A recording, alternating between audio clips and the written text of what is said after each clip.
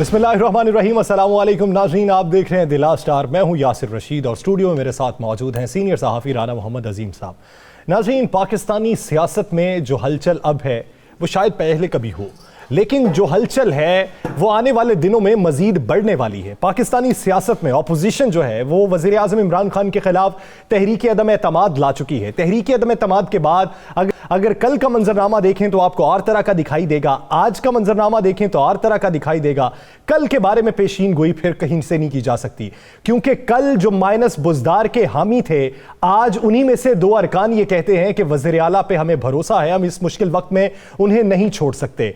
कल तक जो इत्तेहादी जमातें हुकूमत के साथ थीं वो रात को अपोजिशन से भी मुलाकात करती हैं। आज के दिन MQM जो हुकूमत से मुलाकात करती है, वज़ीर आज़म उनके मरकज़ में जाते हैं, वो हुकूमत का साथ देने पर रजामंद तो है, लेकिन वो ये समझते हैं कि हम अपने साथ खड़े हैं। कल जब वो आसिफ अली जरदारी से मुलाकात करेंगे तो कल का मंजरनामा क्या होगा ये भी कोई नहीं कह सकता। अपोजिशन इत्तेहादियों से भी राबतों में है, अपोजिशन पाकिस्तान तहरीक इंसाफ के कारकुनों से भी राबते में है। डोरियां कहां से हिल रही हैं? कुछ लोगों की बातें यह हैं कि बैरूनी ताकतें मुलव्वस हैं, कुछ लोगों की बैरूनी मुल्क के अंदर दूसरों से मुलाकातें मुतवक्के हैं। तो तहरीक अदम एतमाद की जो सियासत चल रही है, इसमें वज़ीर आज़म इमरान खान ने, याद होगा आपको, कहा था कि अपोजिशन माइंड गेम कर रही है और मैं इस गेम का मास्टर माइंड हूं। आज उसका अमली नमूना वज़ीर आज़म की तकरीर में देखने को मिला कि वज़ीर आज़म इस हद तक पुरएतमाद हैं कि जैसे अपोजिशन की जमात उनके साथ खड़ी हो। वज़ीर आज़म ने आज क्या कहा है, पहले उसका कुछ हिस्सा मुलाहिजा कर लें, फिर गुफ्तगू को आगे बढ़ाते हैं। अदम एतमाद का इन्होंने असेंबली के अंदर हमारे खिलाफ दर्ज कर दिया। इन्होंने वो काम किया है जो मैं अल्लाह से दुआ मांग रहा था कि ये करें। इनकी जो सियासी मौत आई है, इन्होंने अदम एतमाद कर दिया। वज़ीर आज़म का कहना है कि मैं बड़े अरसे से दुआ मांग रहा था और मेरी शायद दुआ कबूल हो चुकी है। ये तहरीक अदम एतमाद ले आए हैं, अब इनकी गर्दन मेरे हाथ में होगी। तहरीक अदम एतमाद नाकाम हो गई तो मेरी जंजीर खुल जाएगी और मेरा जो पहला निशाना होगा वो आसिफ अली जरदारी होगा। जबकि अपोजिशन ये कहती है कि जो कुछ आपने करना है वो इन्हीं दिनों में कर लें, बाद में आपको मौका नहीं मिलेगा। इसी सियासी मंजराम में बात करते हैं, राना साहब की तरफ बढ़ते हैं। राना साहब, तहरीक अदम एतमाद हर रोज बदलती सूरत हाल है, ये सूरत हाल कितने दिनों बदलती रहेगी? बिस्मिल्लाहिर्रहमानिर्रहीम, अस्सलातु वस्सलामु अलैका या सय्यदी या रसूल अल्लाह, अस्सलातु वस्सलामु अलैका या सय्यदी या हबीब अल्लाह। देखें यासर, ये बड़ी दिलचस्प सूरत हाल है। आपको एक दाद तो देनी पड़ेगी कि पाकिस्तान की तीन बड़ी सियासी जमातें, तीन बदतरीन मुखालिफ, तीन ऐसे अफराद जिन तीनों पे, तीनों जमातों के सरबराहों पे करप्शन के इल्ज़ामात हैं, वो सारे जो हैं जो इमरान खान के खिलाफ इकट्ठे हो गए और जो उन्होंने असम्बली में तहरीक पेश की है, जिसके लिए एक्विजिशन जो पेश की है, उस पर वो एक ये इल्ज़ाम नहीं लगा सके कि वज़ीर आज़म करप्ट है। उस पूरी रिक्विजिशन में ये इल्ज़ाम नहीं है। ये इस वजह से तहरीक में ये ज़रूर है महंगाई हो गई, ये जरूर है जनाब के आपकी खारजा पॉलिसी ठीक नहीं है, आप फलां कर रहे हैं। हाँ, वो करप्ट होने की जगह नाअहली को जवाब बनाते हैं। बात यह है कि एक तरफ तीन अफराद जिन पर करप्शन के इल्जामात है, एक शख्स वो जिसको बेचारे को कई साल मुस्लिम लीग नून ने जेल में रखा, दूसरा वो जिसकी जो नहल भी है, जिसके ऊपर जिसका भाई नाहल है, जिसकी भतीजी नाहल करार दी गई, जिसके ऊपर इल्ज़ामात हैं कि ये मनी लॉन्ड्रिंग के हैं, मौलाना फजलुर रहमान पे लहदा नायब के इल्ज़ामात हैं। अब तीन लोगों को इकट्ठा करके एक साफ में खड़े कर देना, और एक उनमें से खासकर वो जमात जो हमेशा एंटी अमेरिका, एंटी यूरोप बात करती थी, आज वो कह रहे हैं यूरोपीय यूनियन के साथ आपने ये रवैया क्यों रखा है। आज वो कह रहे हैं अमेरिका के साथ ऐसी हमें खारजा पॉलिसी नहीं बनानी चाहिए थी, अमेरिका के साथ नहीं बगा। ये तो क्रेडिट आप दे रहे हैं इमरान खान को, उसकी ये कामयाबी तो आप दें कि आपने बदतरीन मुखालफिन को एक जगह इकट्ठा कर दिया। तो जब मैं और आप ये सोचते हैं तो आम आदमी नहीं सोचता होगा। अब आप पूछना चाहते हैं हर रोज़ की सूरत हाल, या सर हर रोज़ सूरत हाल तब्दील होगी, और इतनी तब्दील होगी कि आपकी मेरी सोच से ज़्यादा। परवेज़ लाई साहब इस्लामाबाद पहुँच के मुलाकातें शुरू हो गई हैं, शहजाद साहब पहुँच के मुलाकातें शुरू हो गई हैं। मैं आपको यह भी बता दूँ, इस वक्त जिस वक्त हम प्रोग्राम कर रहे हैं, इस वक्त भी सियासी मुलाकातें एक नहीं, दो नहीं, 13 सियासी मुलाकातें जारी हैं। हर शख्स अपना अपना स्कोर पूरा करने के लिए अपने अपने लोगों को, अपने अपने खिलाड़ियों को मनाने के लिए काम कर रहे हैं। आपको पता है, चले मैं आज आपको एक खबर ब्रेक कर दूं इस प्रोग्राम में। आपको पता है कि इस्लामाबाद के अंदर एक प्राइवेट रहायशगाह पर 2 गैर मुल्की सफ़ीर अपनी गाड़ियों की बजाय किसी और गाड़ियों में मुख्तलिफ औकात में आकर अपोजिशन के किन किन रहनुमाओं से मिले हैं। उनसे होने वाली मुलाकात पौना घंटा जारी रही। 2 मुख्तलिफ लोगों से मुलाकात हुई। उस मुलाकात के बाद वो दूसरी ही गाड़ी में जिस गाड़ी में आए उसमें नहीं गए, किसी और गाड़ी में गए, किसी और जगह गए, फिर वहाँ से गाड़ी तब्दील की। तो ये अगर हमें पता है तो उनको भी पता है जो इसको चेक कर रहे हैं। तो ये ऐसी सूरत हाल है जिसमें जो लोग इल्ज़ाम लगा रहे हैं उनकी काफ़ी हद तक इस इल्ज़ाम के हवाले से चीज़ें जो हैं वो सामने लाने वाले हैं। अब यासर मैं आपको बता दूं, MQM जो है वो बिल्कुल वाज़ेह तौर पे हुकूमत के साथ खड़ी होगी। मुस्लिम लीग काफ हुकूमत के साथ खड़ी होगी। मुस्लिम लीग काफ के बारे में जो कयास आराइयाँ की जा रही हैं, जो बातें की जा रही हैं, वो क्या हैं? जो कल रात की मुलाकात के बारे में देखें, सियासी लोग मुलाकातें करते हैं। मुस्लिम लीग काफ की सारी मुलाकातें जो हैं, सारे जो मामलात है, उसका नतीजा पंजाब निकलेगा। नहीं, वो मुलाकातें आप PTI की मजबूती के हवाले से देखते हैं या PMLQ की मुस्तकबिल की साख के हवाले से? वो मुलाकातें किसी की तरफ से लगाई गई ड्यूटी पूरी करने के लिए की जा रही। अच्छा, वो मुलाकातें बड़ी अहम मुलाकातें हैं। इन मुलाकातों को ज़रा इजी ना लीजिएगा, ये बड़ी अहम मुलाकातें हैं। ये मुलाकातें और पंजाब जब में भी तब्दीली- चौधरी बरादरान इस्लामाबाद में मुलाकातें शुरू करते हैं तो उसका फ़ायदा हुकूमत को पहुँचता है। आप ज़रा माजी उठा के देख लें ना। और चौधरी बराद देखें, तारिक बशीर चीमे का जहाँ पर दूसरा बयान मीडिया ने अंदर की कहानी बयान कर दी, तो उसके बाद जो उन्होंने अपनी गाड़ी में बैठ के बयान दिया जिसमें उन्होंने कहा कि हम अपने लोगों के साथ खड़े हैं, हमारा वज़ीर-ए-आज़म से एक रिश्ता है, हम वज़ीर-ए-आज़म के साथ खड़े हैं और खड़े रहेंगे, ये बयान हमने कम दिखाया। बाकी अंदर की कहानी जो पता नहीं हकीकत थी या नहीं थी, वो मीडिया ने उठा के बयान करनी शुरू कर दी। एक चीज़ ज़हन में रखिएगा, आपको 2 चीज़ें मैं बड़ा क्लियर कर दूँ। एक मुलाकात इस वक्त बरतानिया में हो रही है, एक मुलाकात बरतानिया में हो रही है जिस मुलाकात में पाकिस्तान से गए हुए 2 अफराद में से एक शख्स किसी से मुलाकात कर रहा है। ये मुलाकात मुस्लिम लीग नून की शख्सियत से की जा रही है। सब सीधे खुल के बात कर रहे नहीं, कुछ बातें होती है, मैं जानबूझ के इसलिए नहीं करता। सुबह से खबरों में तो चल रही है ना वो चले, वो मुलाकातों- सुबह से चल रही है। मैं तो फुटेज के साथ बात करूंगा। अच्छा, और मैं जो फुटेज आएगी तो उसको सामने भी ले आऊंगा। लेकिन मेरा सोर्स यानी फिर आप ये तो माने कि PTI के अंदर जो इंतशार है वो इंतशार मजीद बढ़ेगा? बिल्कुल इंतशार बढ़ेगा पंजाब के अंदर। अच्छा, पंजाब मैं फिर आपको कह रहा हूँ, ये नज़र आपको आ रहा है वफाक, ये मुझे जो नज़र आ रहा है ना, जो मेरे पास इंफॉर्मेशन है, वो माइनस बुजदार फार्मूला जो है वो काम कर जाएगा। अगर माइनस बुजदार फार्मूला काम करना है, दिखाई भी देता है, तो फिर 2 अरकान असेंबली जो मेन मेंबर में शुमार होते हैं जहांगीर तरीन ग्रुप में, वो आज झुकाव बुजदार साहब की तरफ दिखा देते हैं। बिल्कुल 2 मेंबर्स वो अहम मेंबर्स नहीं है, बिल्कुल गलत बात है। नवानी साहब और खुरम लगारी यहाँ मेंबर्स नहीं। नहीं, नवानी साहब हैं, नवानी साहब अभी गए नहीं उधर। नवानी साहब ने जो बात की है वो आपको नज़र आ जाएगा। खुरम लगारी जो है वो कभी खुशी कभी गम, अच्छा, ये वाला हिसाब है। दूसरी बात है कि जहांगीर तरीन ग्रुप में कमीनी इजाफा होगा। मैं आपको ये भी बता दूँ, जहांगीर तरीन ग्रुप की जो आज मीटिंग हुई है, जो ये अभी लास्ट जो मीटिंग हुई है, उसमें बड़े फैसले, उसमें उन्होंने बिल्कुल डट के बात की है। और आपको पता है जो उस ग्रुप में लोग हैं वो तो यहाँ तक तैयार है कि अगर उन्हें माइनस बुजदार इस्तीफ़ा देना पड़ा तो उसके लिए भी वो तैयार है। और मैं आपको ये भी बता दूँ कि आज कुछ वज़रा तो जो नहीं मिले, जो उसमें शामिल थे जहांगीर तरीन ग्रुप में, उसमें अक्सरियत वज़रा की नहीं तो आज मुलाकात ही नहीं की। जहाँ तक आप अलीम खान के हवाले से मैंने आपको उस दिन बता दिया था कि कितने लोग टोटल थे, मैंने आपको वज़रा के नाम बता दिए थे। मैंने ये भी बता दिया था कि अख्तर मलिक साहब नहीं जाएंगे। अख्तर मलिक साहब ने वहाँ से इनकार किया है और उनकी आज आपने स्टेटमेंट देख ली है। या सर साहब, ये जो एक नया ग्रुप पंजाब के अंदर उभर रहा है, ख्याल कास्त्रो साहब और गजनफर छीना साहब वाला, ये किस तरफ झुकाव दिखा रहा है? कुछ नहीं, वो हुकूमत के साथ करें। तो ये फिर ग्रुप, ये हम ख्याल ग्रुप का नाम इसे क्यों दिया? मौसम आता है ना, जब आप देखें ना, जब बसंत आती है ना, छोटी बड़ी पतंगें सब उड़ती हैं। नहीं, अब तो पाबंदियां लगती हैं राना साहब। फिर नहीं, कोई नहीं पाबंदी लगी। आप देख लेना, पाबंदी लगी थी हर जगह। लाहौर के अलावा बसंत हुई है कि नहीं हुई? और फिर गिरफ्तारियां नहीं हुई? गिरफ्तारियां कितनी हो गई? आप कहते हैं मेला लगना ही लगे। भाई मेला लगना है, मेला पंजाब में लगना है, वफाक को दिखा के पंजाब में मेला लगना है और पंजाब में तब्दीली का फैसला हो चुका है।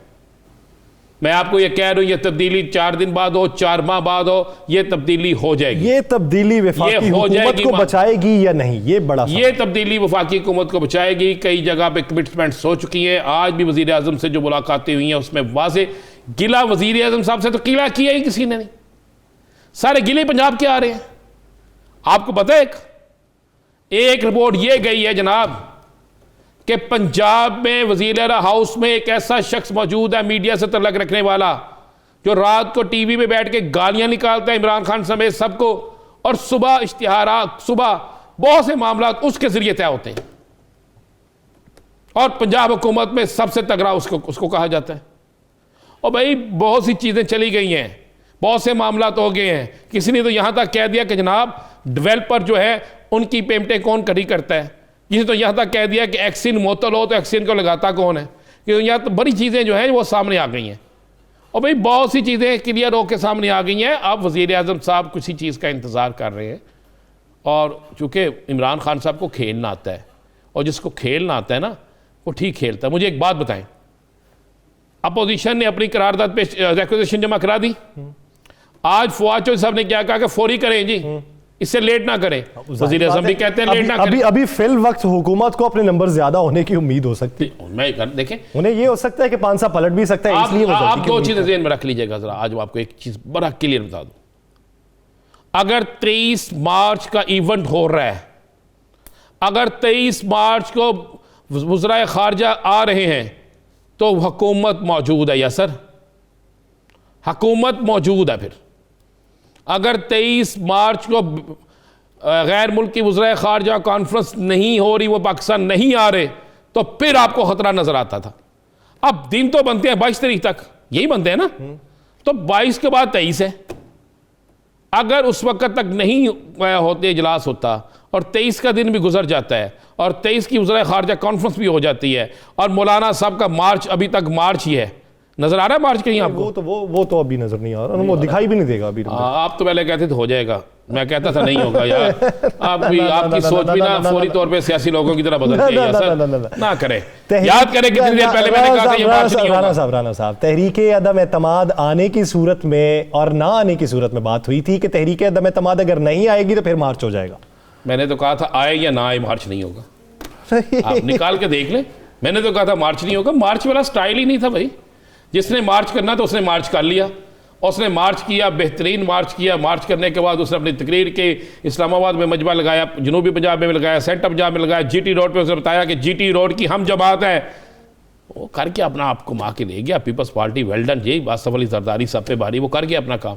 लेकिन वो आपको ये बता दूँ, मुझे आज के दिन तक जो नज़र आ रहा है अदम एतमाद, मुझे आज के दिन तक कामयाब होती नज़र नहीं आ रही। देखिए हर शख्स कह रहा है अदम एतमाद कामयाब हो रही है, तमाम एंकर्स कह रहे हैं, तमाम तज़कियाकार कह रहे हैं, तमाम से पॉलिटिकल जमातें मुस्लिम का इसके अलावा तहरीक इंसाफ के अलावा कह रही हैं, बागी कह रहे हैं। लेकिन आज के दिन तक मुझे तहरीक इंसाफ के अंदर वो गैप जो 20-25 लोगों का था वो नज़र नहीं आ रहा है सर। गैप 3 से 4 या 5 लोगों का हो सकता है और आगे से ये अगर 7 से 8 लोग तोड़ लाते हैं तो फिर क्या करेंगे? फिर क्या करेंगे? इन्होंने इनका दावा था बाप पार्टी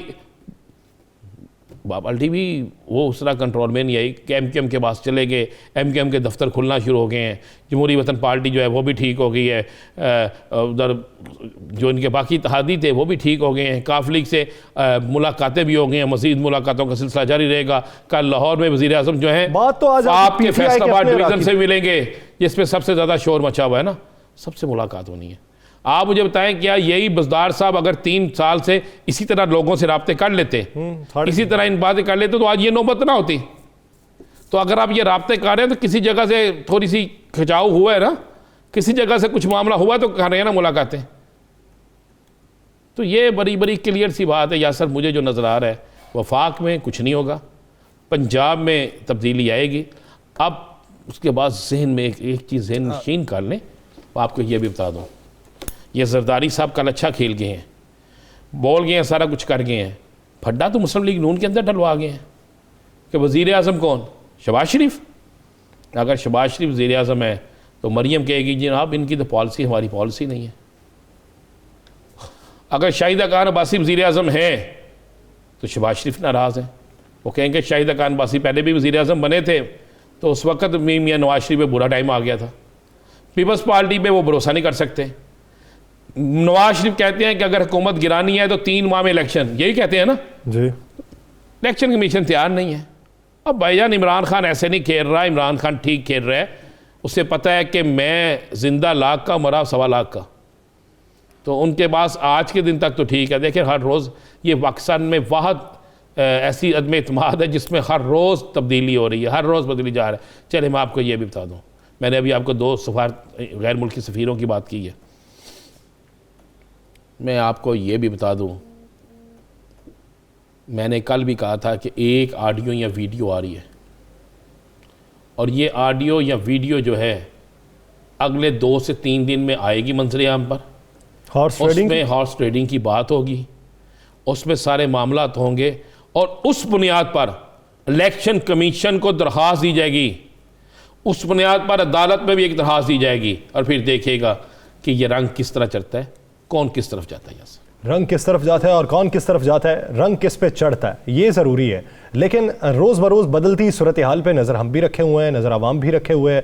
अगर ये ताख़ीर होती है तो वो ताख़ीर पाकिस्तान तहरीक इंसाफ के लिए मुश्किल में भी तब्दील हो सकती है। इसीलिए पाकिस्तान तहरीक इंसाफ कहती है कि अदम एतमाद का जो मामला है वो जल्द से जल्द हल हो जाए। नाज़रीन, इसी सियासी मंजरनामे पर मज़ीद भी बात करेंगे, लेकिन एक शॉर्ट ब्रेक के बाद कहीं नहीं जाएगा। Stay with us.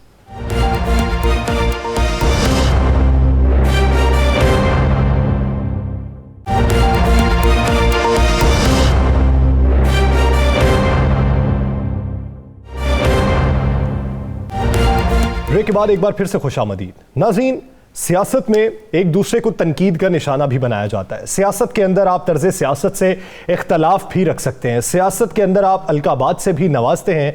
अखलाकी सियासत, मॉरल जो आपके हैं वो किस हद तक बुलंद हैं या किस हद तक पस्ती का शिकार हो चुके हैं, ये आपकी ज़ुबान बताती है। आप अपने कारकुनान को किन मकासद के तहत अपने साथ जोड़े रखते हैं, ये आपका लबो लहजा बताता है, आपका बयानिया बताता है।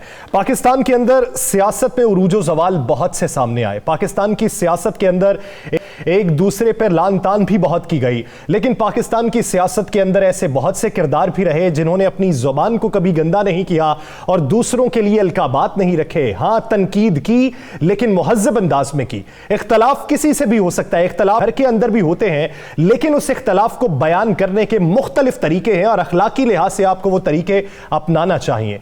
इस्लामाबाद के अंदर एक अफसोसनाक वाकया पेश आया पाकिस्तान पीपल्स पार्टी के अवामी लॉन्ग मार्च के दौरान के कुछ जो कारकुनान थे वो साबिक सदर ज़ियाउल हक मरहूम की कब्र पर पहुंचे और वहां पर नारेबाजी की, कब्रों की सियासत करके, कब्रों पर लान तान करके, कब्रों पे मुख्तलिफ अलकाबात से नवाज के आप अखलाकी पस्ती का शिकार होते हैं, अखलाक को बुलंद नहीं कर सकते। अवाम को क्या पैगाम देंगे, इसी बारे में बात करेंगे। सियासी मंजरनामे पर भी मजीद बात करेंगे। हमें ज्वाइन किया पाकिस्तान मुस्लिम लीग ज़िया के सरबराह एजाजुल हक साहब ने। एजाजुल हक साहब, बहुत मशकूर हैं आपके वक्त के। एजाजुल हक साहब, तर्ज सियासत पे इख्तलाफ किसी को भी हो सकता है, बाप को बेटे से भी हो सकता है, बेटे को बाप से भी हो सकता है, बेटी को माँ से भी हो सकता है। हमने उसका अमली मुजाहिरा भी देखा है, मौजूदा दौर के अंदर भी देखा है। लेकिन इस तरह की अखलाकी पस्ती कि आपको इख्तलाफ हो और आप इख्तलाफ जो है वो मरे हुओं पे जाके, उनकी कब्रों पे जाके निकालना शुरू कर दें, तो इससे ज़्यादा ज़हनी पस्ती क्या हो सकती है? मेरे पास तो इससे ज़्यादा अल्फाज नहीं है। आप क्या देखते हैं कि इस ज़मन में हमारी जो सियासी पार्टीज़ हैं उनको क्या किरदार अदा करना चाहिए कि कारकुनान को मुस्बत समत में हम रास्ता दिखा सकें? बिस्मिल्लाहिर्रहमानिर्रहीम। बहुत शुक्रिया। मेरे ख्याल में आपने जो कुछ कह दिया है इससे ज़्यादा तो मेरे पास भी अल्फाज नहीं है। एक बड़ा अफसोसनाक वाक़या था और वाकई मेरा दिल दुखा है। इसलिए नहीं कि वो जनरल ज़ियाउल हक शहीद अल्हम्दुलिल्लाह इस्लाम के हवाले से, अफ़गानिस्तान के हवाले से, पाकिस्तान के न्यूक्लियर के हवाले से, करारदाद मकासद के हवाले से, इस्लामाइजेशन के हवाले से लोग उनसे मोहब्बत करते हैं। लेकिन इस वाक़े के बाद तो मैं सियासत के अंदर जो पस्ती देख रहा हूँ कि आज तक कभी ऐसा नहीं हुआ था। देखें, दुश्मनियाँ अपनी जगह होती हैं, सियासी दुश्मनियाँ अपनी जगह होती हैं, लेकिन आज तक ऐसा कभी नहीं हुआ। और ये जो जालों को लाया गया, बाकायदा उनको समझाकर तरीके के साथ वहाँ भेजा गया था, वरना कभी ऐसा ना होता कि ख्वातीन भी उनके साथ आती वहाँ पे। और वहाँ अगर जो उन्होंने उल्लड़बाजी की है और फिर जिस तरह उनके मज़ार की बेहुरमती की है, मेरा ख्याल है पाकिस्तान की तारीख में ऐसा मंजर मैंने आज तक नहीं देखा। और इसके पीछे हमने FIR भी दर्ज करवाई है। वजीर दाखिला से भी मेरी गुफ्तगू हुई थी, जरदारी और बिलावल से भी मैंने कहा कि कौम से माफ़ी मांगे। लेकिन मुझे अफसोस इस बात का हुआ है कि जो लोग आज शीरो शक्कर हैं और जो उस पौधे की बुनियाद जो जनरल ज़िया-उल-हक शहीद ने रखी और वो तनावर दरख्त के साए में आज भी बैठे हुए हैं, उनकी तरफ से भी कोई मजम्मत का बयान नहीं आया। बिल्कुल, जैसा यही मैं कहना चाह रहा था, मीर शरीफ खानदान जो है उससे आपका बड़ा गहरा तल्लक, और जनरल ज़िया-उल-हक शहीद साहब ने उनके उस्ताद भी, उन्हें सियासी परवान भी चढ़ाया। तो नून लीग की तरफ से वैसे तो छोटी सी बात पे आ जाता है, इस पे खामोशी बिल्कुल। आप देखें ना राणा साहब के 7 साल के बाद चौधरी शुजात साहब की तबीयत पूछने गए हैं, यानी इधर जरा सी कोई बात हो जाती है तो एक दूसरे के पीछे भाग रहे होते हैं कि कहीं आपके दांत में कोई दर्द तो नहीं हो गया। और फिर आपको तो कोई जानता भी नहीं था। वो ज़िया-उल-हक शहीद थे जिन्होंने आपको अपनी उम्र लगाई थी। उन्होंने कहा आपकी बोरी जो है उसको बंद किया था, उन्होंने कहा था आपका किला मजबूत है। तो आज ये लंदन से बयान नहीं आना चाहिए था मजम्मत का, आज रायवंड से बयान नहीं आना चाहिए था मजम्मत का। आज हमारे जो साथी हैं जिनके साथ सारी हमारी सियासत की ज़िंदगी गुजरी है, और लाजमी का मैं एक बड़ा सीनियर उनकी जमात का एक रुकन भी रह चुका हूँ, सीनियर नायब सदर भी रह चुका हूँ, लेकिन क्या हम इस हद तक गिर गए कि इक़्तिदार के लिए हम अपनी रवायत को, अपने इक़्तिदार को, अपनी मतलब हर चीज़ को यानी दाव पे लगा दें। तो मुझे ये दुख हुआ है, और मैं देख रहा हूँ और सोच रहा हूँ और मैं इंतज़ार कर रहा हूँ कि कब जरदारी साहब और बिलावल आकर कौम से इस बात की माफी मांगेंगे। और वो उनकी तस्वीरें छुपी हुई ढकी हुई नहीं है। बिल्कुल काबिल मज़म्मत है, और इस पे जितनी हम एहतजाज करें, जितना हम इस पे कहें कि ये गलत है, चाहे कोई भी पाकिस्तानी किसी भी सियासी जमात से हो, इतल्ला को वो इसको नहीं बर्दाश्त करेगा, ना उसे अच्छा समझेगा, क्योंकि ये बेहुरमती की ज़ुमरे में आते हैं, इसे कोई भी पसंद नहीं करे। आप ज़रा पाकिस्तान की सियासत पे एजाज साहब चले जाते हैं, क्या नज़र आ रहा है आपको नज़र आ रहा है कि तहरीक अदम एतमाद कामयाब हो जाएगी? देखें, तहरीक अदम एतमाद कामयाब होगी, नाकाम होगी, लेकिन मुझे लग रहा है कि किसी के हाथ में कुछ नहीं आएगा। आखिरी मोमेंट पे आप देखेंगे, हाँ कुछ तब्दीलियां रूनुमा हो जाएंगी, जो चेंजेस नहीं हुए वो शायद हो जाएं, लेकिन आपने कहा ना कि कौन सा रंग मल रहे हैं अपने मुंह पे, इस हमाम में सब नंगे हैं और सब के मुंह काले होंगे जिस तरीके से ये लगे हुए हैं, क्योंकि इनका कोई पाकिस्तान के अवाम के लिए नहीं, पाकिस्तान के लिए नहीं, इनके मुश्तरका मकासद हैं जिसके लिए ये जद्दोजहद कर रहे हैं।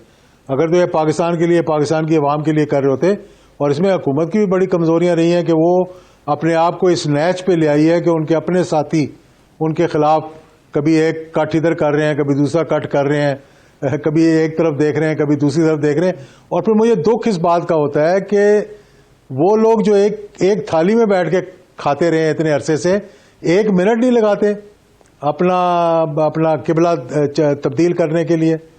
यानी कि आपसे उठकर बैठा जा नहीं रहा, लेकिन आप जद्दोजहद कर रहे हैं। मुझे मालूम नहीं, अल्लाह करे कि बेहतरी के लिए कर रहे हो, असम्बलियों को बचाने के लिए कर रहे हो, जमहूरियत की बेहतरी के लिए कर रहे हो, लेकिन मुझे एजाज़ुल-हक साहब, अगर आज वज़ीर आज़म का लहजा देखें तो वज़ीर आज़म का लहजा काफ़ी ललकाराना था। वो उन्होंने ललकारा है अपोजिशन को कि आप लोगों की गर्दन मेरे हाथ में आ गई है। इसमें आपको वज़ीर आज़म की पूरा एतमादी दिखाई देती है या बौखलाहट में गुस्सा दिखाई देता है? देखिए, जब आप अंडर टेंशन होते हैं तो ये वही 1993 में भी आपने देख लिया कि मैं इस्तीफ़ा नहीं दूंगा, मैं असेंबली नहीं तोड़ूंगा, मैं डिक्टेशन नहीं लूंगा। तो फिर इस्तीफ़ा भी देना पड़ गया, असेंबलियां भी तोड़नी पड़ गई, डिक्टेशन भी लेनी पड़ गई। तो सियासत के अंदर देखें, एक तो मैं ये समझता हूँ कि हम इस हद तक आगे चले गए हैं कि हमने बिल्कुल महज़ब अंदाज में सियासत को छोड़ दिया। अब ललकारना ठीक है एक दूसरे को, लेकिन देखें कुछ स्टेट्समैनशिप भी होती है। आप लोग 3-3 मरतबा वज़ीर आज़म रह चुके हैं, आप 3.5 साल वज़ीर आज़म रह चुके हैं, आप इक़्तिदार में आना चाहते हैं, आप इस कौम के निजात हिंदान क्या कहते हैं बनना चाहते हैं, लेकिन आप इस तरह से एक दूसरे के खिलाफ अगर बात करेंगे, और मैं नहीं समझता, अगर मैं हूँ आज खान साहब की जगह, मुझे नहीं पता क्या होने जा रहा है क्या नहीं होने जा रहा, कोई थोड़ी बहुत खबरें इधर उधर से आती रहती हैं, लेकिन मैं तो इनको हवाले कर देता हुकूमत। मैं कहता हूँ यार तुम जो ये बांध बांध का कुंभा बना हुआ है। क्या है, आप इस्लामाबाद में बैठे हैं और देखिए सोर्सेज हैं, इतलात मुझे नहीं लगता कि जिन लोगों का कोई नजरिया ना मिलता हो, जिन लोगों की कोई मुश्तरका जद्दोजहद ना हो, जो एक दूसरे को सड़कों पे घसीटने के कुछ अर्सा पहले सड़कों पे घसीटना चाहते हों, जो एक दूसरे का नाम नहीं सुनना चाहते थे, आज वो सारे इकट्ठे हो गए। तो आप क्या समझते हैं कि ये कामयाब होंगे? मुझे तो नहीं लग रहा कि ये कामयाब होंगे, और मुझे लग रहा है कि दोनों तरफ से किसी को कुछ नहीं मिलना अगर ये बहुत आगे जाएंगे तो। 1.5 साल रह गया इलेक्शन में, 6 महीने बाद इलेक्शन कैंपेन शुरू हो जाएगी। अब ये हुकूमत में आगे ये क्या रिलीफ देंगे? 135 रुपए पे बैरल पे ऑयल चला गया है, स्टॉक मार्केट का इन्होंने सत्यानाश कर दिया, लॉन्ग मार्चें करके 30 हज़ार रुपए दिहाड़ी पे लोगों को लेकर आते हैं, उनको हलवे मांडे खिलाते हैं। यहाँ ये कौम की खिदमत करने के लिए आ रहे हैं यहाँ पे। साहब आप क्या समझते हैं? वज़ीर-ए-आज़म इमरान खान कहते हैं कि बैरूनी ताकतें मुलव्वस हैं, ऑपोजिशन के पीछे वो खड़ी हैं, जबकि शहबाज शरीफ साहब कहते हैं कौन सी बैरूनी ताकतें, हमारी रगों में पाकिस्तानी खून दौड़ता है, हम पाकिस्तानी बेटे हैं और पाकिस्तान की खिदमत करेंगे। एक तरफ हुकूमत बयानियां अपना रही है बैरूनी ताकतों को लेकर, दूसरी तरफ उसको काउंटर कर रही है ऑपोजिशन। इन दोनों में से आपको किसका बयानिया ठीक लगता है? दोनों का बयानिया मुझे ठीक नहीं लगता। मैं नहीं समझ रहा कि कोई ऐसी बैरूनी ताकतें हैं। बैरूनी ताकतें तो खुद फंसी हुई हैं। यूक्रेन का मसला है, रशिया के साथ मसाइल पैदा हुए हुए हैं, इनको खुद समझ नहीं आ रही कि हमने क्या करना है। देखें, और ना ही ये पाकिस्तानी हैं। अगर ये पाकिस्तानी होते तो आज ये बैरून मुल्क इनके महल्लात ना होते। अगर ये पाकिस्तानी होते तो सरे माल इन्होंने ना बनाए होते। अगर ये पाकिस्तानी होते तो $60 मिलियन जिनका निकला स्विट्जरलैंड से, उन्होंने आज वापस पाकिस्तान के बैंकों में ला के रखा होता। तो कौन सी पाकिस्तानियत की बात कर रहे हैं ये लोग? मुझे समझाएं जरा थोड़ा सा। या इनको एजाज साहब ये बता दें मुझे, हम पाकिस्तानी कहा जा रहा है कि वो न्यूट्रल हो गए हैं और हमें सब कुछ मिल जाएगा, क्या कोई न्यूट्रल हुआ है? देखें, बात ये नहीं है। बात है कि हम हमेशा ब्लेम करते हैं कि अंपायर न्यूट्रल है कि नहीं है, और अपोजिशन और हुकूमत दोनों ये देखती है कि अंपायर उंगली कब खड़ी करेगा। तो अफसोस के साथ ये कहना पड़ता है कि अंपायर जो है या वो न्यूट्रल जो है वो इस्टेब्लिशमेंट के साथ, इस्टेब्लिशमेंट हुकूमत के साथ होती है। अगर इस्टेब्लिशमेंट हुकूमत के खिलाफ हो तो मैं समझता हूँ कि फिर हमारा सारा फैब्रिक ही गिर जाएगा। तो ये कहना कि जी इस्टेब्लिशमेंट कुछ कर रही है, वो न्यूट्रल है कि नहीं न्यूट्रल है, मेरा ख्याल है कि वो न्यूट्रल है, और ये प्राइम मिनिस्टर को भी पता होगा और अपोजिशन को भी पता होगा। लेकिन देख दोनों उसी तरफ रहे होते हैं। तो मैंने तो चंद दिन पहले अगर आपने देखा हो तो मैंने कहा था कि उनकी तरफ से बयान आना चाहिए कि दोनों साइडों को मना करें, क्योंकि कमरों में बैठकर कुंडियां लगाकर अपोजिशन वाले भी यही बात कर रहे थे कि हमें सिग्नल मिल गया। अंदर से लोगों ने बताया आगे, और हुकूमत भी यही तासुर देने की कोशिश कर रही है कि वो अभी भी हमारे साथ हैं। अगर आपने सुना होगा, हमारे तासुर दोनों देने की कोशिश कर रहे हैं, लेकिन अगर एस्टेब्लिशमेंट जो है वो हुकूमत के साथ ना हो तो फिर सूरत हाल ही मुख्तलिफ हो सकती है। अगर अपोजिशन की बात करें और हुकूमत की बात करें तो दोनों का बयानिया गलत दिखाई देता है। बहुत शुक्रिया एजाज साहब इस हवाले से अपना वक्त देने के लिए। नाज़रीन, इसी सियासी मंजरा में मजीद भी बात करेंगे, लेकिन एक शॉर्ट ब्रेक के बाद कहीं नहीं जाएगा। Stay with us.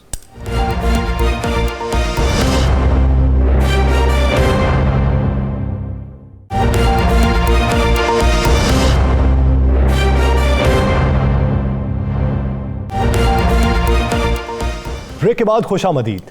नाज़रीन, इस वक्त वज़ीर-ए-आज़म इमरान खान पुरएतमाद हैं या उनका गुस्सा है, ये एक तरफ, लेकिन वज़ीर-ए-आज़म इमरान खान ने अपोजिशन को ये वाज़े पैगाम दिया है कि मैं कहीं नहीं जा रहा, मैं अवाम की सियासत भी करूँगा, अवाम में भी जा रहा हूँ और मैं आपका मुकाबला अवाम में भी करूँगा और तहरीक अदम एतमाद नाकाम भी हो जाएगी।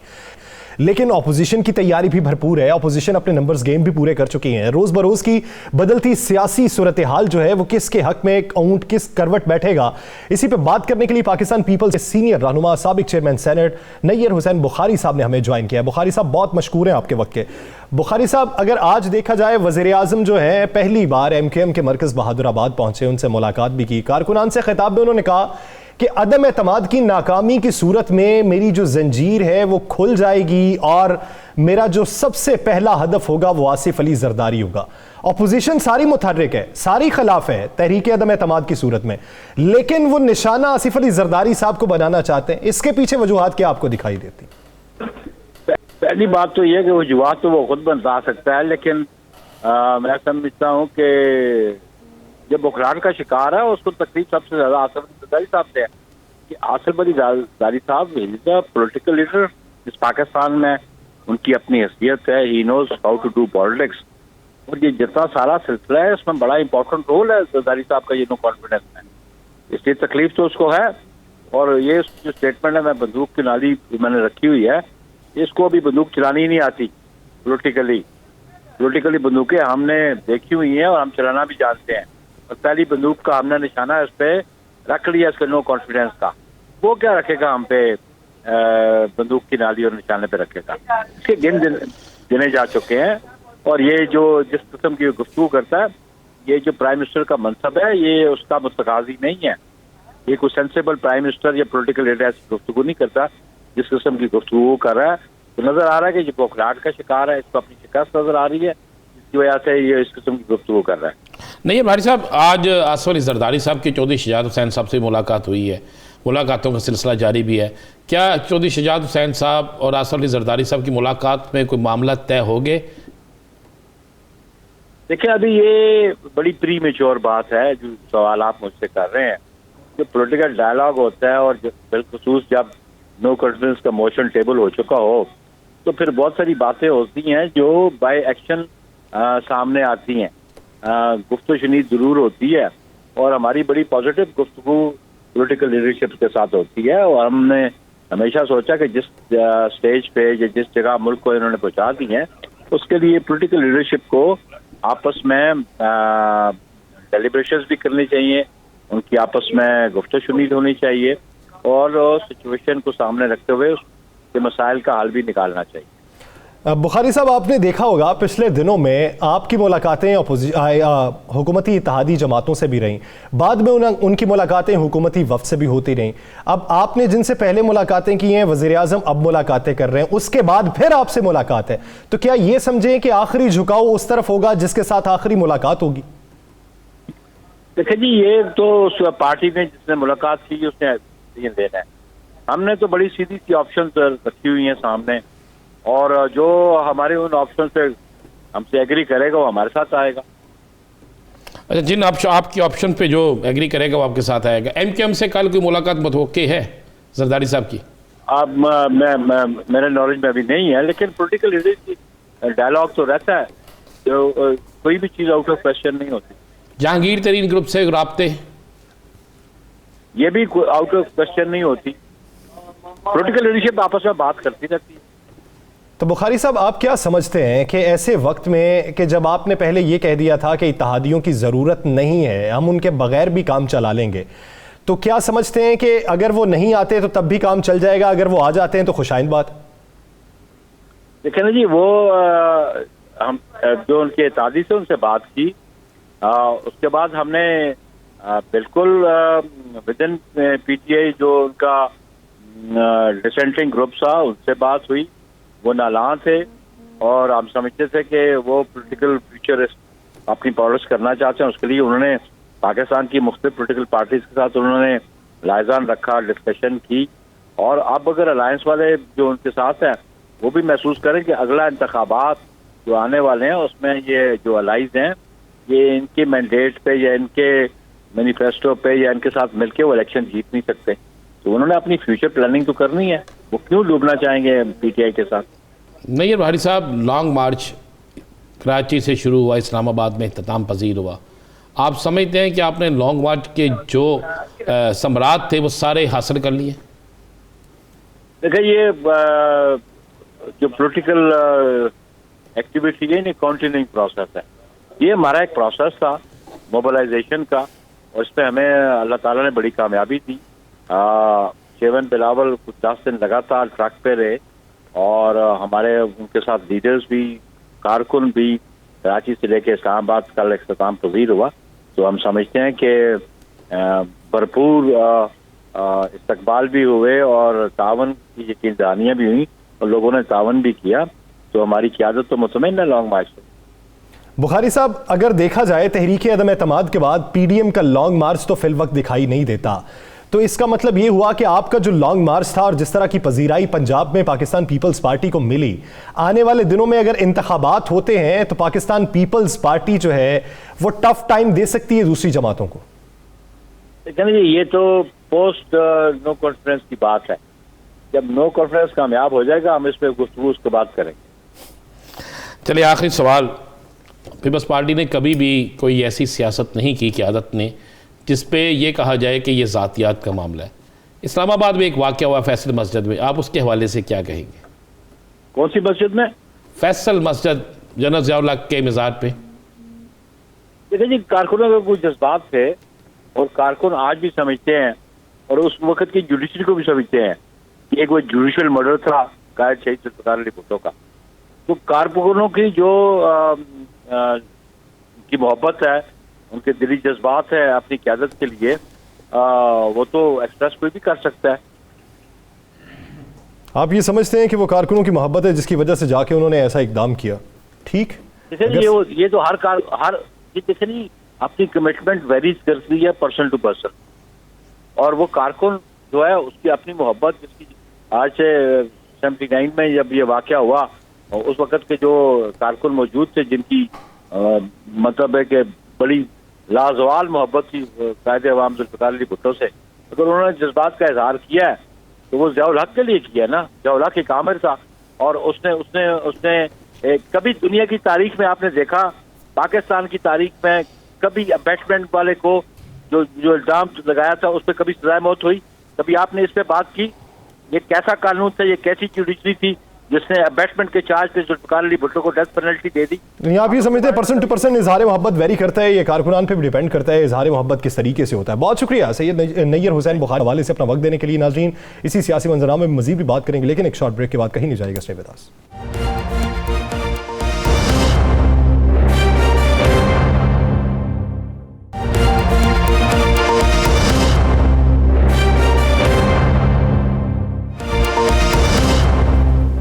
ब्रेक के बाद एक बार फिर से खुशामदीद। नाज़रीन, तहरीक अदम एतमाद की सूरत में दोनों तरफ से कोशिशें जारी हैं। दोनों तरफ से नंबर्स गेम पूरे करने की कोशिशों में उन लोगों से भी राबिते किए जा रहे हैं जिनको नज़रअंदाज किया गया था, वो चाहे अपोजिशन हो या चाहे हुकूमत हो। वो लोग जिनकी तरफ आप कभी नहीं गए या बड़ा अरसा हो गया आपको गए हुए, अब उनकी तरफ आप माइल हो रहे हैं, उनकी बातें भी सुन रहे हैं, उनके मुतालिबात भी माने जा रहे हैं। तो ये जो सियासत है ये आने वाले दिनों में कौन सा रंग दिखाएगी? इस सियासत से जो वादे किए जाएंगे अभी, वो मुस्तकबिल में पूरे हो सकते हैं? नहीं। राना साहब की तरफ बढ़ते हैं। राना साहब, फर्ज कर लें बारगेनिंग चल रही है, बारगेनिंग किसी ओहदे के लिए भी हो सकती है, आप डेवलपमेंट जो तरक्याती पैकेजेस हैं उसके लिए भी आप कर सकते हैं, आप आने वाले दिनों में अपने हलकों में बल्दियाती इलेक्शन के लिए भी कर सकते हैं। इस वक्त सबसे बेहतर देने को किसके पास है और दे कौन रहा है? हुकूमत है, मौजूद है, फंड देने पर ही दे सकते हैं, वजारत देनी पर ही दे सकते हैं, इंतज़ामिया मर्जी के लगानी पर ही लगा सकते हैं। जिन लोगों ने अभी आना है, अभी उनके मतलब ये नहीं इलम के वो आएंगे भी कि नहीं, अभी उनके तहरीक अदम एतमाद कामयाब होगी भी कि नहीं, और तहरीक अदम एतमाद कामयाब होने के बाद जब बहुत सा जमगट्ठा लग जाता है उसमें किसी को कितना क्या मिलेगा अभी ये नहीं। देखिए, देने के लिए इसके पास है। दो चीज़ें जेल में रखिएगा। सुबह से खबर गर्दिशकारी थी, तमाम मीडिया पे ये खबर चल रही थी कि जी चौधरी शजात हुसैन साहब की जो मौलाना साहब से मुलाकात हुई उसमें उन्होंने कहा कि ये वजारत दे दें, ये दे दें। ले, मेरी खुद बात हुई है या सर, कोई वजारतों की दूर दूर तक बात नहीं हुई। वो बात तो यहां तक भी हुई कि मौलाना ने कहा कि चौधरी साहब वक्त गुजर गया। नहीं, बिल्कुल झूठ है, कोई दूर दूर तक ऐसी बात नहीं। वहां पर चौधरी शजात साहब, तारिक बशीर चीबा साहब अपने वादों के मुताबिक गए और उन्होंने कोई दुनिया की ऐसी बात नहीं की वहाँ पे कि आपको ये वजारत या ये वजारत, ना उन्होंने मांगी, ना उन्होंने बात की, ना उन्होंने हुकूमत के खिलाफ कोई ऐसा सिस्टम किया। ये मैं नहीं कह रहा, ये मुझे चौधरी शजात हुसैन साहब की तरफ से और बाकी है, ये बिल्कुल गलत है। इसलिए बहुत सी चीज़ें जो हवा में कर रही हैं कि फला को मिलते हैं कि अगर इस वक्त कोई किसी को कुछ दे सकता है तो हुकूमत दे सकती है, अपोजिशन जो है वो नहीं दे सकती। बात कर लेते हैं। पाकिस्तान के इंसाफ के रहनुमा आमिर कियानी साहब ने हमें ज्वाइन किया। कियानी साहब बहुत मशहूर हैं आपके वक्त के। कियानी साहब, वज़ीर आज़म आज MKM से मिलने भी गए और बहादुराबाद में पहली बार शायद गए हैं। मरीम नवाज साहिबा कहती हैं, वो शेर ट्वीट करती हैं, कभी अर्श पर, कभी फर्श पर, कभी उनके दर, कभी दर बदर, गमे कुर्सी तेरा शुक्रिया, हम कहां कहां से गुजर गए। अब ऑपोजिशन आपको इस नजर से देख रही है कि आप पे मुश्किल वक्त आन पड़ा है और आप उसे फील कर रहे हैं कि वाकई ये मुश्किल वक्त है। नहीं, ये जो शेर पढ़ा मैंने अपने लिए पढ़ा होगा ना, दर बदर तो वो है, कोई लंदन बैठा हुआ है, कोई जो बच्चे भाई उधर बैठे हुए हैं, तो ये शेर तुमको बड़ा सूट करता है, अच्छा पढ़ा। तहरीक अदम एतमाद के लिए आज आप डट के खड़े हो गए, आपने कहा जी आए, हम मुकाबले के लिए तैयार हैं। ख्वाजा साहब ने कहा जी देर ना करें, तो स्पीकर साहब आपकी जमात से हैं, तो स्पीकर साहब क्या ये आप उनसे बात हुई अदम इत्मीनान की तहरीक, जब आप तैयार बैठे आप कहते हैं देर ना करें, तो फिर इंतजार किसी चीज़ का है? किसी का इंतजार नहीं है, हमने तो कब कहा। आप अगर ये समझते हैं एक प्रोसीजर तो होते हैं, पार्लियामेंट है, उसका प्रोसीजर है, बिल्कुल हमें कोई हम तो कहते हैं अच्छा है, देखिए वी आर रेडी। पहले भी क्योंकि कोई ये नहीं अचानक तो बैठे बैठे उन्होंने नहीं किया, ऑब्वियसली वी न्यू इट, तो वो आगे हैं तो बहुत अच्छा है, निपट जाएगा। हमें तो बिल्कुल अल्लाह के फजल से पूरा जल्दी और तस्कीन है, वो आ जाएं और वो तो करेंगे, स्पीकर साहब की ड्यूटी है, वो तो एक लाजमी चीज है ना। कोई स्पीकर साहब से बात हुई आपकी, कब तक इजलास बुला रहे हैं? फौरन से पेशतर करेंगे इंशाल्लाह ताला, क्योंकि अब तो ज़ाहिर है कि जो चीज आई है कल ही तो आई है, तो इंशाल्लाह उसको विल मैनेज अकॉर्डिंगली, और जो उसमें टाइम फ्रेम है कॉन्स्टिट्यूशन में विल गो अबाउट इट इंशाल्लाह, नो इश्यूज। 23 मार्च से पहले आप कर लेंगे इसे जी? 23 मार्च से पहले ये निपट जाएगा बिल्कुल। देखिए ये जो आप देख रहे हैं ना, ये डे 1 का तमाशे इनके, कोई नई बात नहीं है। ये पहले दिन तकरीर की थी ना प्राइम मिनिस्टर साहब ने, ये रोड सबके पड़े हैं, उसकी वजह है ना कि दोनों ने वो म्यूजिकल चेयर तो खेल रहे थे, ऑब्वियसली जब उन्होंने देखा है कि भाई दो कुव्वतें हैं, कोई एक्सपेक्ट नहीं कर रहा था कि अब तो एक्चुअली कुव्वत पीटीआई है, क्योंकि ये तो एक महदूद हो गया है सेंट्रल पंजाब में और एक महदूद हो गया सिंध में। तो इस वक्त तो आप देखिए कश्मीर की हुकूमत हो, जीपी की हुकूमत हो, पंजाब की हो, केपीके की हो, फेडरल की हो, कोलिशन गवर्नमेंट के बलूचिस्तान की हो, इनके पल्ले है क्या? मतलब ज़ाहिर परेशानी में है ना सब कुछ जो कर। यानी साहब अगर इत्तेहादियों को देखा जाए तो इत्तेहादी बज़ाहिर आपके साथ हैं, वो यकीन दहानी भी करा चुके हैं। अपोजिशन ने जो टारगेट किया है वो तरीन ग्रुप को है। अगर जहांगीर खान तरीन साहब से राबिता अभी तक नहीं हुआ, इत्तेहादियों से हो चुका हुआ है, तो फिर उनसे राबिता कब होगा? क्योंकि दिन तो कम है, वही राब्ता हो जाएगा तो अपोजिशन के तो सारे अरमानों पर पानी फिर जाएगा। देखिए जहांगीर साहब से हमारा राब्ता हुआ या नहीं हुआ वो एक ज्यादा चीज है, हुआ हो सकता है, हुआ भी हो। पॉइंट ये है कि जहांगीर तरीन साहब को मैं आपको बड़ी श्योरिटी के साथ एडिशनल सेक्रेटरी जनरल बड़ी श्योरिटी करता हूँ कि जहांगीर तरीन साहब is not going against the party. उनकी यही पार्टी है और वो इसमें ही है इंशाल्लाह ताला, और कहीं भी वो नहीं जा रहे। हमने आजादियों के लिए भी किया, उनसे भी आपके सामने ही सारे उनके मामला, उनके बयानात, उनके मामला आपके सामने है। तो जहांगीर साहब कहीं नहीं जा रहे, ऑनरेबल आदमी है, वो कहीं भी नहीं जाएंगे इंशाल्लाह, रेस्ट एश्योर्ड।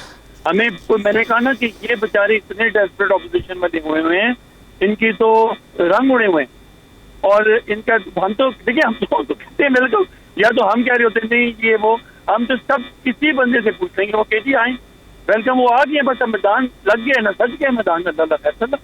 यानी साहब आप मनाने गए, उस मुलाकात पे मौजूद थे जो अब्दुल हलीम खान साहब को, अब्दुल हलीम खान साहब राजी हो गए हैं?